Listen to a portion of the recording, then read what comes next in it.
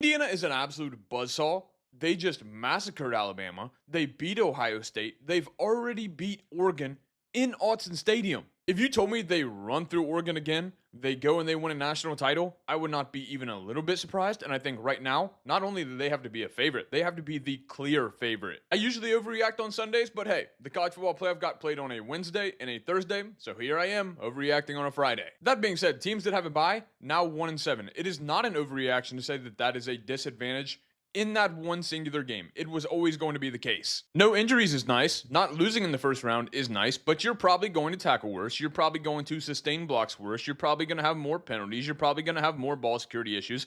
That is the way of life whenever a football team has 3+ weeks off. If there is a non-Indiana team that might just be a buzzsaw, I can absolutely sing it be Miami. This defense is unbelievable. There's a guy, I know him. He told you Miami had the best defense in the country very early in the year. He told you they had athletes like nobody else very early in the year. He got called a big dumb idiot because these guys don't show up for every game.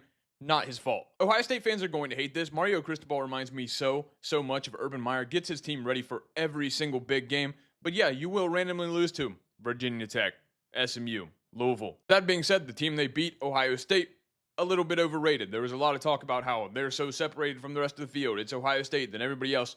Turns out Ohio State was probably the 4th, 5th, maybe even 6th best team in the country. I realized I didn't talk about the loser in this one. Indiana smokes Alabama. Tough look for Kalen DeBoer.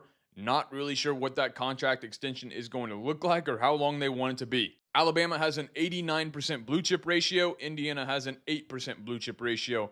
You would have probably guessed it was the other way around. Complete and utter domination. A failure to prepare by Kalen DeBoer completely. I'm actually not going to overreact whenever it comes to Oregon versus Texas Tech. A lot of people are going to talk about this Oregon offense. They're going to say it didn't look very good.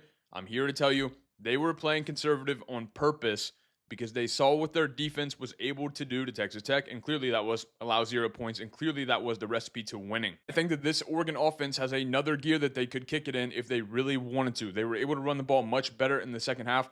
They were able to take some shots down the field. I think they could have produced a lot more offense if they had to do it, but they didn't. And speaking of offense, Ole Miss was absolutely electric against Georgia. The one thing I want to point out, though, the defense. Pete Golding really stepped up. I know Georgia still scored 34 points. Ole Miss got a lot of very timely stops. I think the overall box score, the score on the scoreboard, won't reflect it. But what I'll tell you is I think having a defensive head coach is having a little bit of an impact on how these games are played, and it's helping the Ole Miss defense. This is also no overreaction. Trinidad Chambliss has been the best quarterback in the college football playoff the entire time. I ranked him number 2 right behind Fernando Mendoza. The way that he's played, the moments that he's had, and how he stepped up.